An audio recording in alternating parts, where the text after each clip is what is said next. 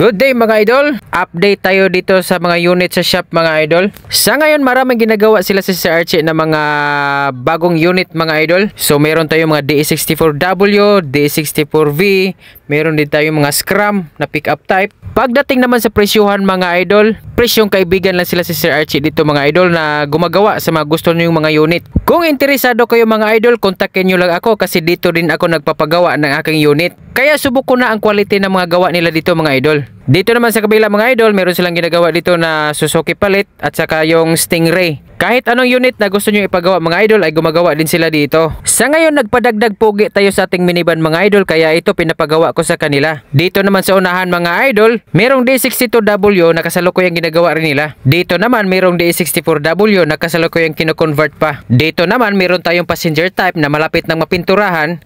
Kaya kung nagbabala kayo mga idol na magpagawa ng mga ganitong mga surplus sa sasakyan, ay pwede nyo akong i-message sa aking Facebook account or kontakin yung number na nasa baba para ma-guide ko kayo dito sa shop para sa gusto nyo mga unit. Ayan mga idol, maraming salamat!